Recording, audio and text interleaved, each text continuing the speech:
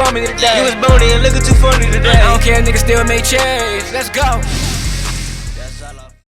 What's going on, everybody, and welcome back to another episode of the Chatting with Cheeze podcast. I'm your host, Fat Cheeze, and y'all already know the motto: no gimmicks, only the real. This is episode 41.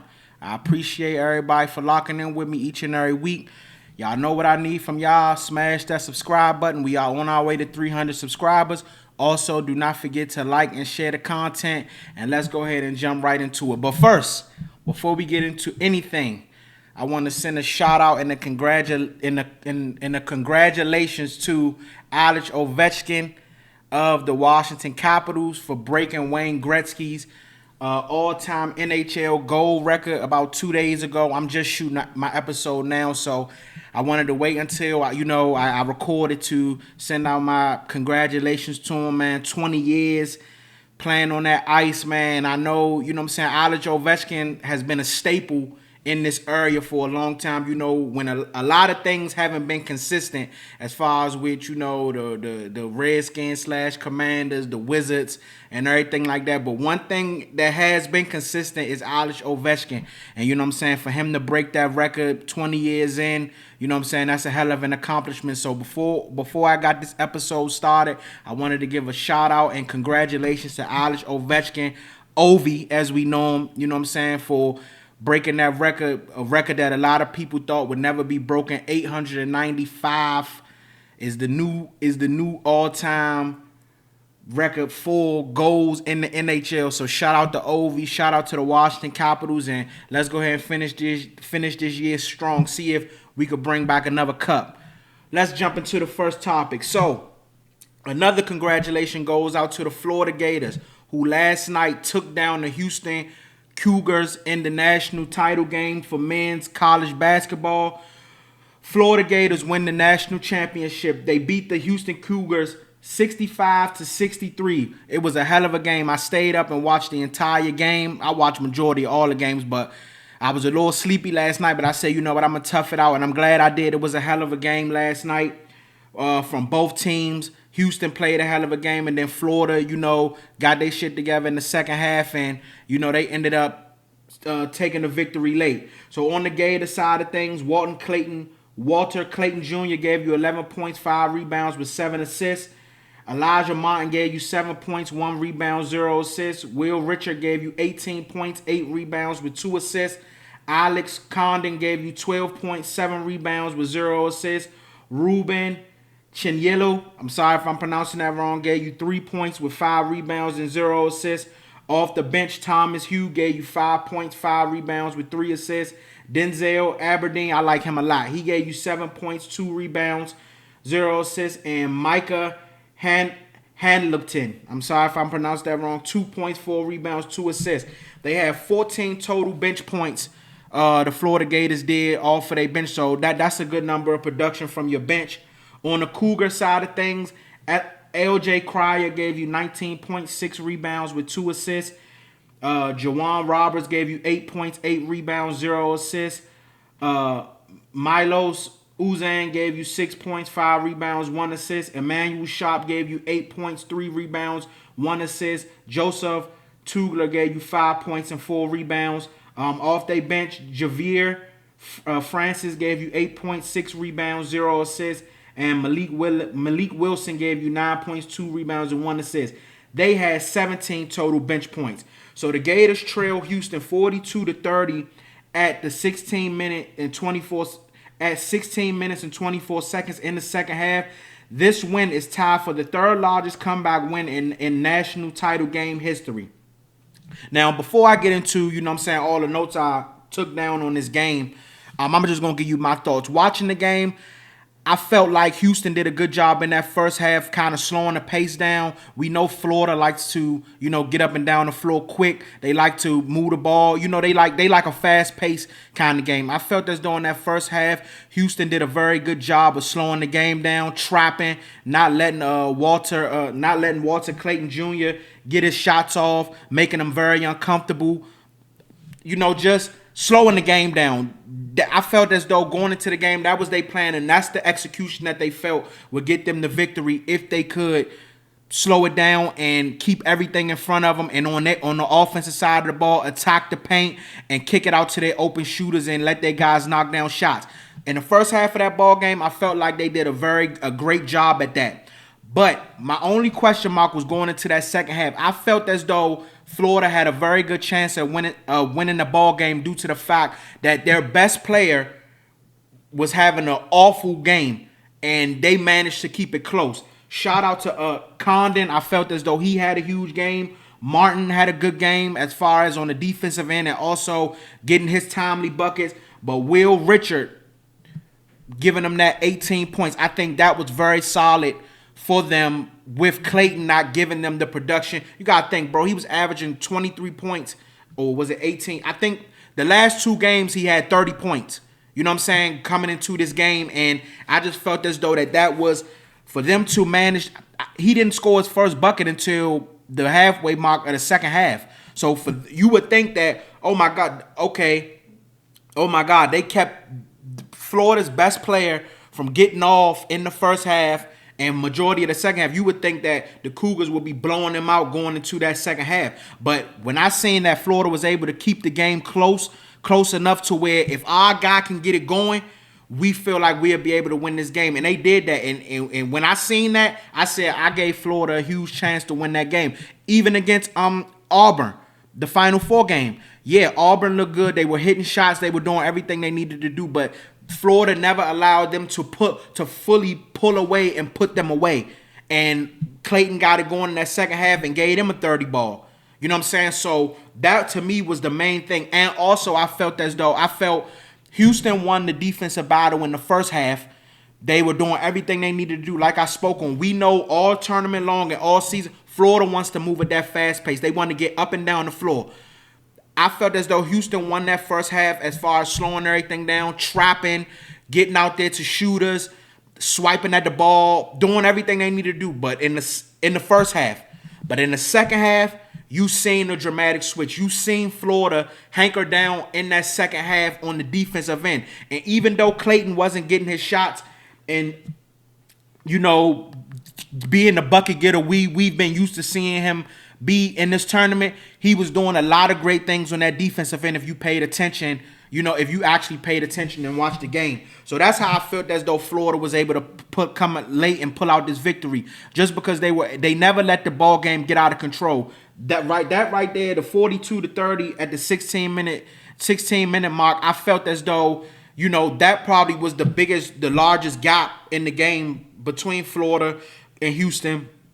But other than that, we never seen it get to a 15, 18, 20-point lead. It always stayed within that 12-point to 10-point range where Florida, if they got it together, could strike. And what happened, Walter Clayton got it together in the second half.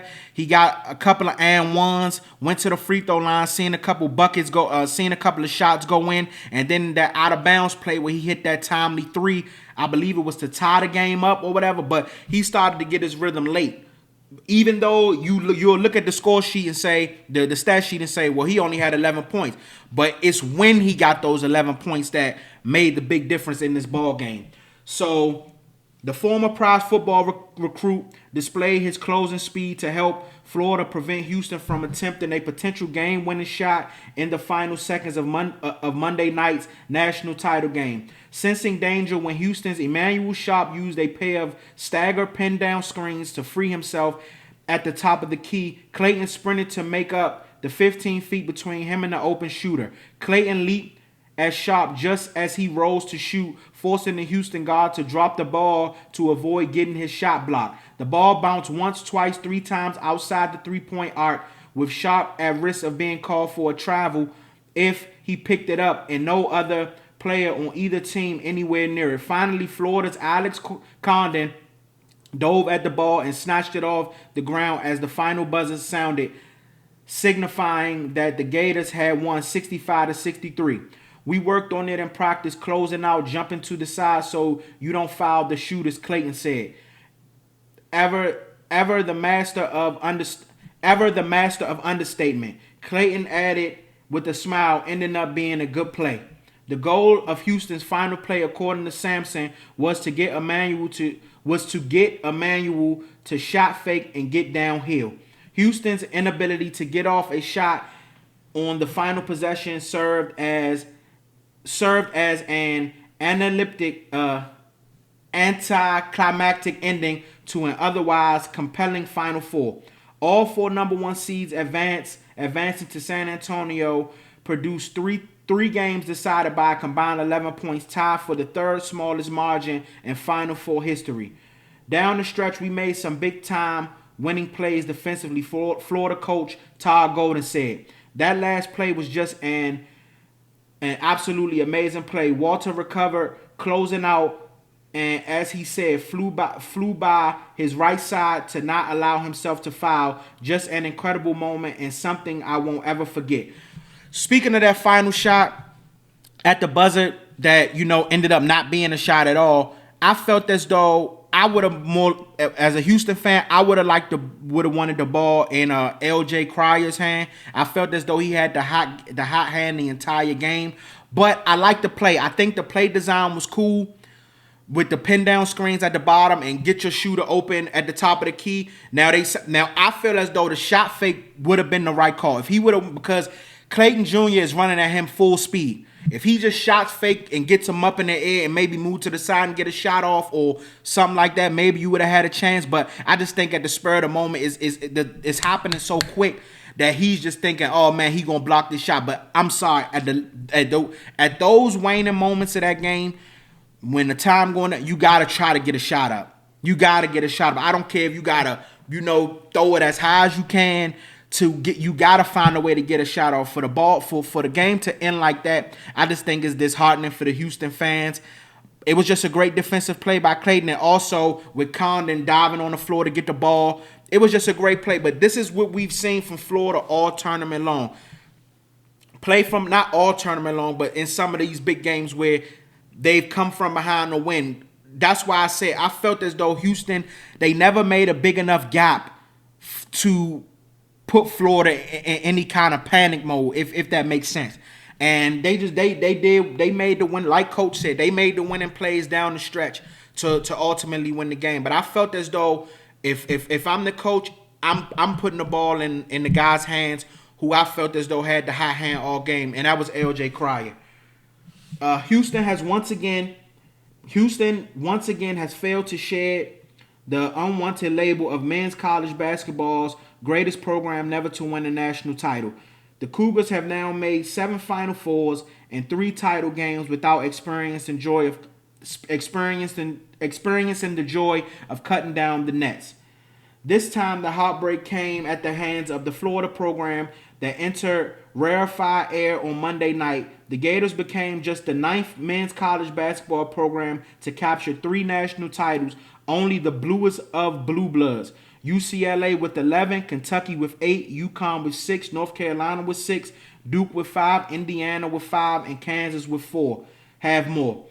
Florida rallied from a 12-point deficit early in the second half was a fitting way for the Gators to finish this memorable run. They trailed by 6 or more points in the second half in 4 of their 6 NCAA tournament victories. They fell behind by 9 points against Auburn early in the second half of Saturday's Final Four matchup, and by as many as 10 points against Texas Tech in the Elite Eight.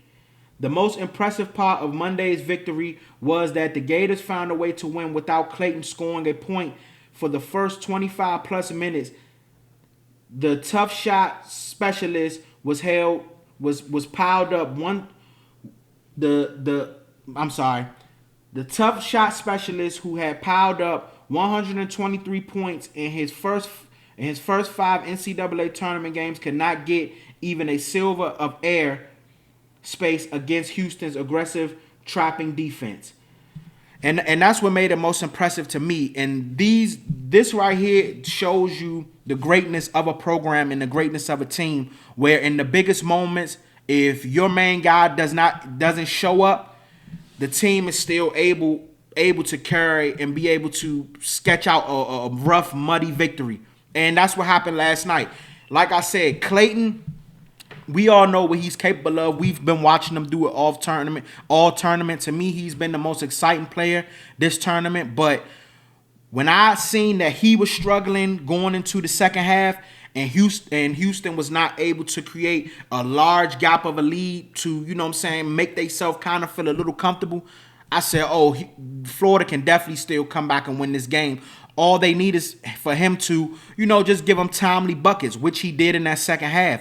And I just felt like Florida hankered down so good, so great on the defensive end in that second half. It was amazing to watch. It felt like for about 6 to 8 minutes, Houston couldn't find a bucket. They couldn't buy a bucket. And that was due to the defense. That was due to the defense of Florida. If I said Florida on the last one, I meant to say Houston. Houston, for that 6 minute to 8 minute mark, it felt like Houston just couldn't buy a bucket. That was how good Florida was on the defensive side of the ball.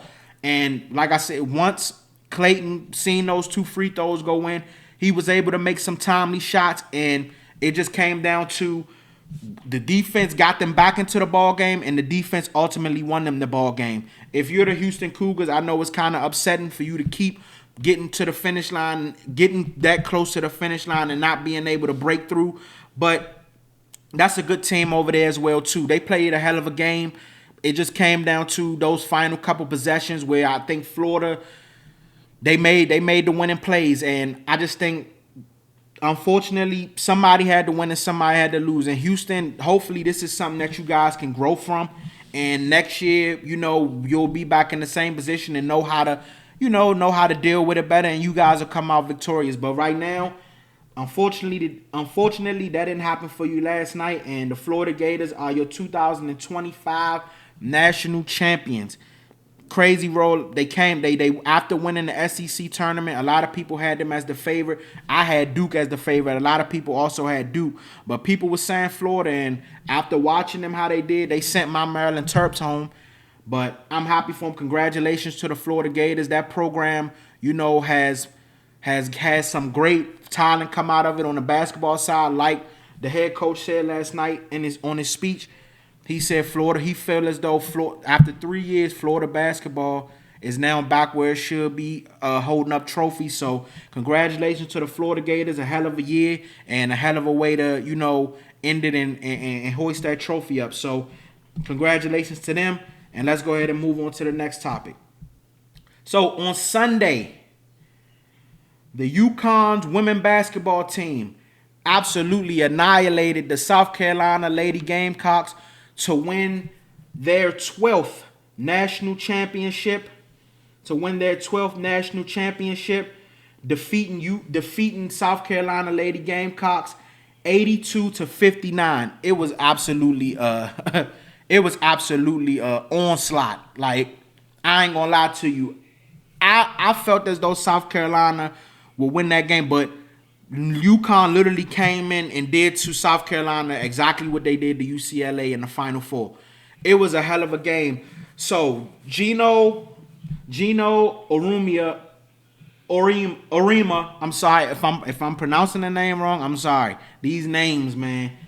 Gino Orima added yet another jewel to his Hall of Fame crown Sunday as UConn overwhelmed South Carolina 82-59 to win its record 12th NCAA Women's Basketball National Championship, all under Orima. The Huskies came out shocked and never let up, leading by double digits at halftime and turning the game into a rout by the fourth quarter. It was the first time in Dawn Staley's 3 championship appearances that her team fell short, and the Gamecocks struggled mightily to keep pace on either end.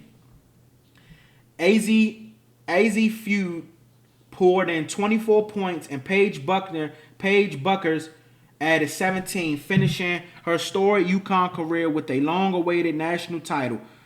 Buckers also passed Maya Moore, who was in attendance for the most career NCAA tournament points by a UConn player with 477. The story of the night, though, may have been freshman forward Sarah Strong. She tallied 24 points, 15 rebounds, 5 assists, and 3 blocks, becoming the first UConn freshman becoming the first UConn freshman to post 4 double-doubles in a single NCAA tournament. Her 114 total points in this year's tournament set a new Division I record for a freshman. South Carolina, which entered 35-3 and seeking back-to-back titles, never found its rhythm. The Gamecocks shot just 34% from the field and had no player score in double figures until late in the fourth quarter. They were outscored 46-33 in the second half and succumbed to UConn's defensive pressure. With the win, Oriyama, I'm sorry if I'm pronouncing your name wrong, Coach. I'm sorry. I'm trying, though. Oriyama improved to 12-1 in national title games and reestablished UConn's dominance at the top of the sport. It's the Huskies' first championship since 2016 and in a defining moment in a new era powered by a blend of veterans like Buckers and few and rising stars like Strong. And everything she's been through, AZ Few had her moment. The UConn star was named the 2025 Final Four Most Outstanding Player following her 24-point performance in the national championship win over South Carolina. Few added 5 rebounds and 3 steals, capping the dominant title game that helped seal the Huskies' 12th NCAA championship and first since 2016. For Few, the honor is especially sweet after knee injury and season cut short. She returned to full form this March Madness and saved her best for the biggest moments. She averaged 21.4 points per game across the NCAA tournament, including 24 against UCLA in the Final Four and another 24 on Sunday in Tampa. But it was just a great outing for UConn. They had a great tournament all heading into the national championship game. They routed UCLA in the Final Four and turned around and did the same to South Carolina on Sunday. And I talked about it on my last episode with Don Staley, creating a pipeline, with South Carolina, the things that she's done. But we gotta give some love and credit to head coach Gino Oriyama. I'm sorry, like I said, I'm sorry if I'm pronouncing it wrong, but we got to give him some love. What he has done at UConn and the talent that has also came through there with Sue Bird, Maya Moore. They had Diana Taurasi come through there. Now you have Buckers through there, and they have another freshman in Strong. It's a pipeline going through there, and I was happy to see them win. Even though I was going for Coach Don Staley and the Lady Gamecocks, I wasn't upset at all, especially for Buckers, who has been through, a lot these past years. Everybody, we know what Caitlin Clark did, the year before in her time in college basketball. But I think some people may forget, before Caitlin Clark, Paige Buckers was the talk in women's basketball. She was the talk, and she went through some injuries, and then you had Caitlin Clark and Angel Reese and them come to the scene. But Buckers was the talk in college, in women's college basketball for some time before Caitlin Clark and others came onto the scene. But all in all, I'm just happy for women's sports in general. I'm happy to see that people actually tuning in, people actually watching, people are actually interested to actually tune in. And as you can see, the game is in good hands. You got players like Paige, who's going to now probably be headed to the WNBA, and other stars like that. But you got freshmen like Sarah Strong, who can carry that torch for UConn. And it was just something great to watch. Speaking on Buckers, this is her injury history that I wrote down, leading up to this point, which is why I'm just so happy and excited for her. On April 30th, 2021, she underwent ankle surgery to repair a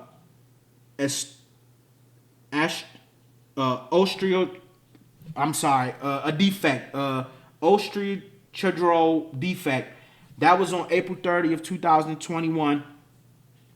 December 5th, 2021, she suffered a tibial plantar fracture and lateral meniscus tear in the final minutes of a game against Notre Dame, forcing her to miss 19 games. And then on August 3rd, 2022, she tore her ACL in her left knee while playing pickup basketball at the Huskies practice facility, resulting in resulting in missing the entire 2022-2023 season.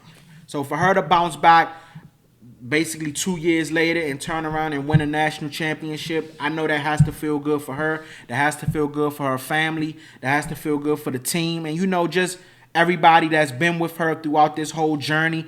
That's coming back from an ACL injury is not easy. And also be able to come back and still be as productive as you was before the injuries happened.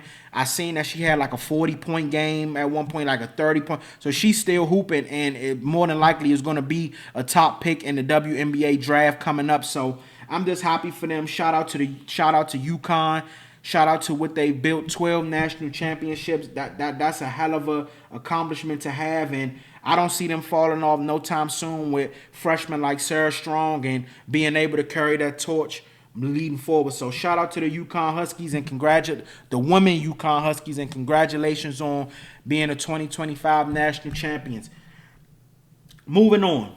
So as we all know, or for those who do know, been paying attention, I believe it was on Saturday. The Colorado Buffaloes held their pro day for, the guys entering the draft this year. Shedeur was out there throwing. Travis Hunter was out there running routes. They had guys like my man Horn, Lil Jimmy Horn out there running. It was just a whole, they had their pro day. And after the pro day, Shedeur talked, and there's been a lot of controversial things going on with Shedeur these past couple of months since the season has ended, headed into the combine and everything like that. So his highlights from his pro day was dropped on X, and a couple of current NFL players had some things to say. So Andre Cisco, New York Giants safety, tweet after Shedeur Sanders' pro day highlights hit X. He said, "Boy, better stop patting that ball. We breaking on that early."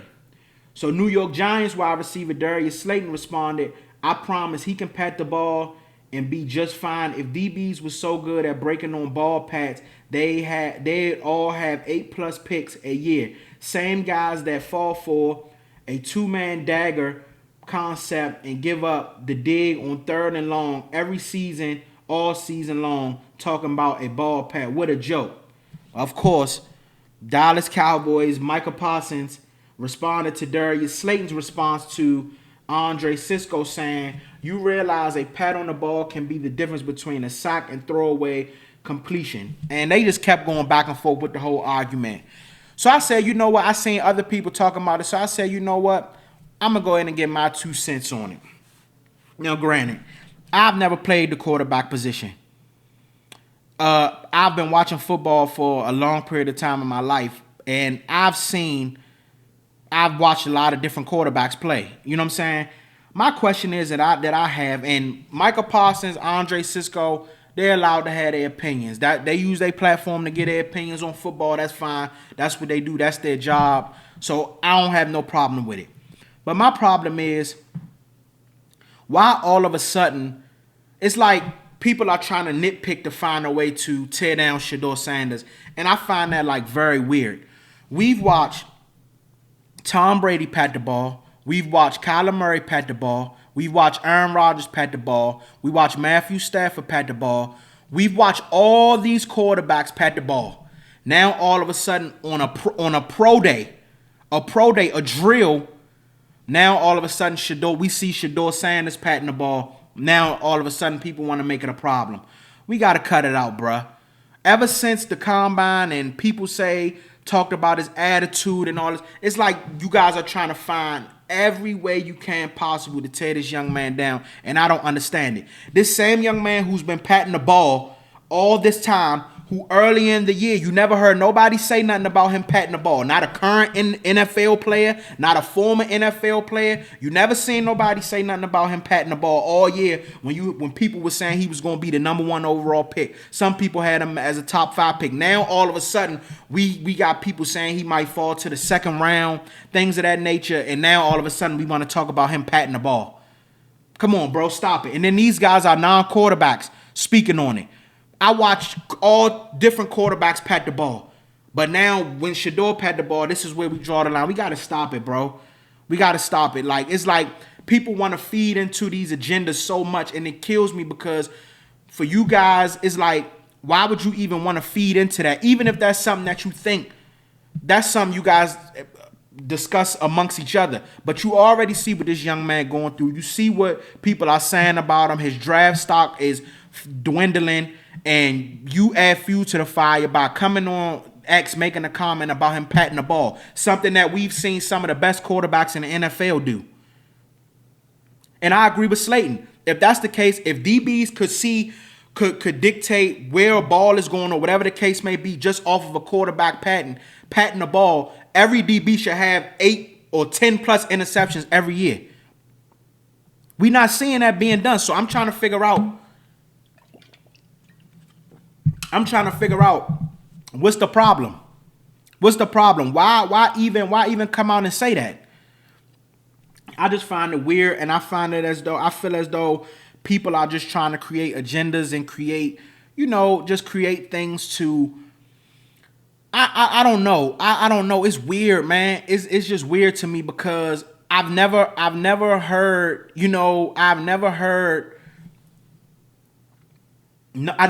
none of these things earlier in the year. When the college season first started, even up toward the book, I never heard nobody have no problems with this young man. I mean, people said things, but we was just talking about a couple of months ago, this boy possibly being the number 1 pick in the draft. Just a few months ago. Not 2 years, just a few months ago, you had people saying he was going to be the number 1 pick in the draft. At very minimum, number 3. Now we got people talking about the patting the ball. You got people talking about him being arrogant, cocky. Now him sliding to the second. Come on, like, give it a break, bro. Give it a break. At the end of the day, you don't like the young man, his game or whatever, that's fine. That's one thing. But when you start adding on other like little caveats and things like that to try to drag him down even more, I find it that's weak to me. Like, I don't like it and I don't approve of it. I said even before the draft, even before we even got close to the draft period, I always said I felt as though Cam Ward, in my opinion, was the number 1 quarterback in this draft. That was no knock on Shedeur. I just felt as though Cam Ward was a better quarterback option. But I felt as though Shedeur was solid. He was good. But to now him possibly going from top 5 to him not even going into the second round, I find that weird. And I find it as though it's some agendas being created. But like I said, Michael Parsons, Andre Cisco, whoever, you are allowed to have your own opinions. I agree with that. You're 100% allowed to have your opinions if you want to get on your platforms and talk football. But sometimes, I mean, you got to make a little bit of sense, though. You can't watch all these other quarterbacks, some Hall of Fame quarterbacks, pat the football, but have a problem with Shedeur or saying, "Oh, you'll break on that every time." Come on, bro, stop it. Stop it. We don't do that, because now you adding fuel to the fire and you putting all this other unnecessary stuff on it that's something you could have kept to yourself. I don't know if you was trying to be funny or whatever to get a reaction or whatever, but on that argument, I agree with Darius Slayton on that one. I agree with him.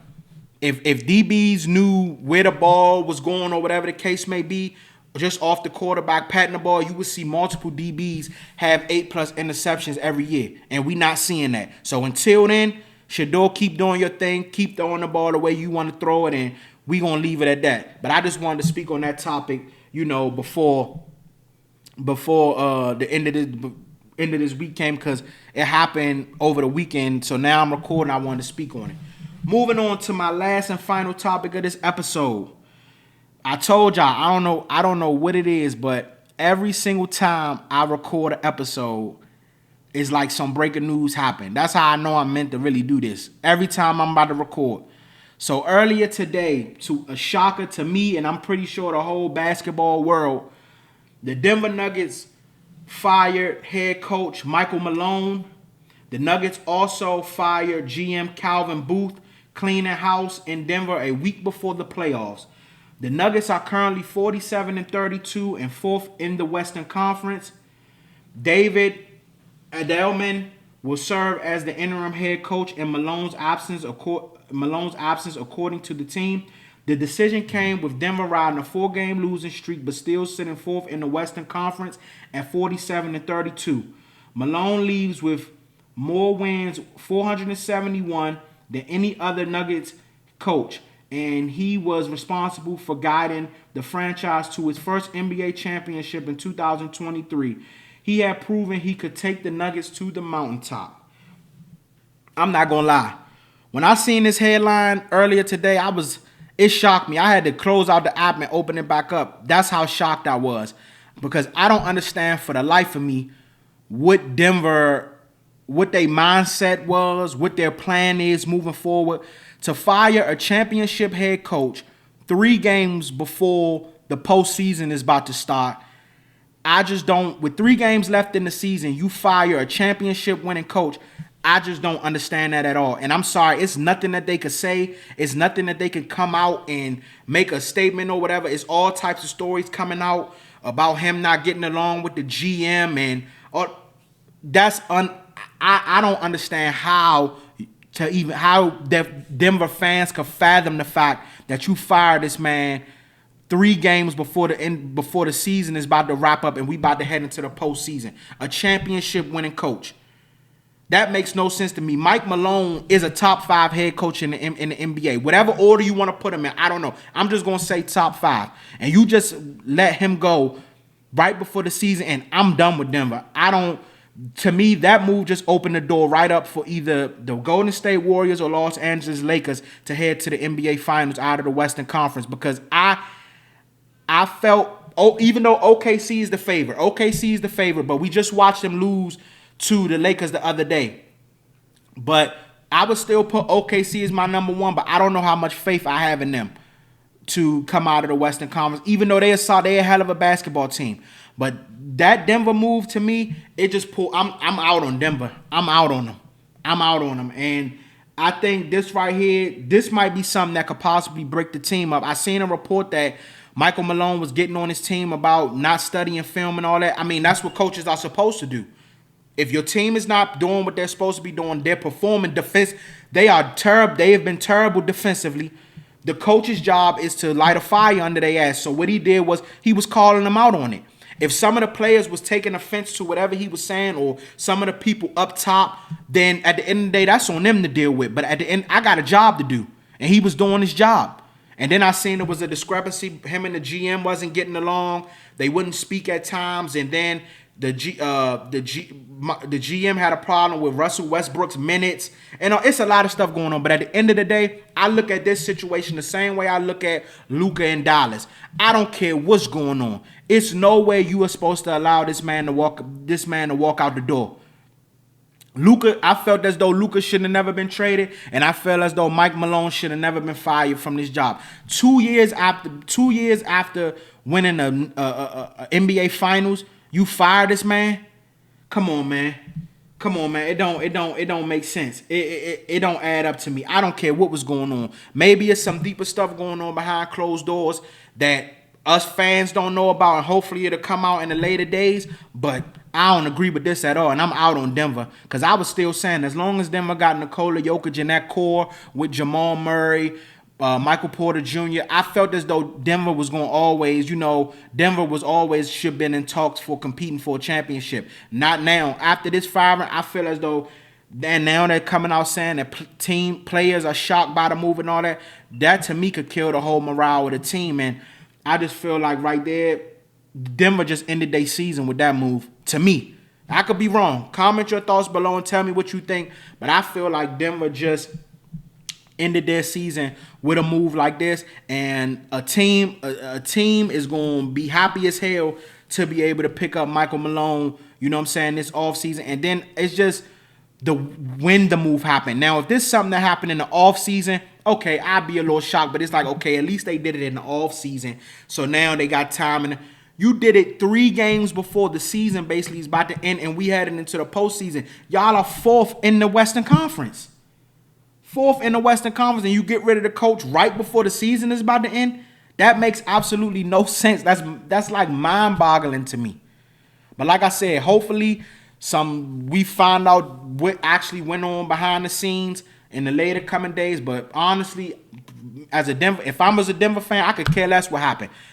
It's no way this man should have lost his job today. It's no way this man should have lost his job. Period. It's no way. But like I said, I just want to touch on it, and we'll see what end up happening. But as of right now, and for the foreseeable future, Mike Malone is out as the Denver Nuggets head coach, and we'll just have to see how they go about it moving forward. I think this just opened the door for the Lakers and the Golden State Warriors right behind OKC. But as far as Denver, I'm out on them. I'm going to go ahead and wrap this episode up, man. Been great having y'all. This is episode 41. I appreciate everybody for locking in, tuning in with me each and every week. Like I said, y'all know what I need from y'all.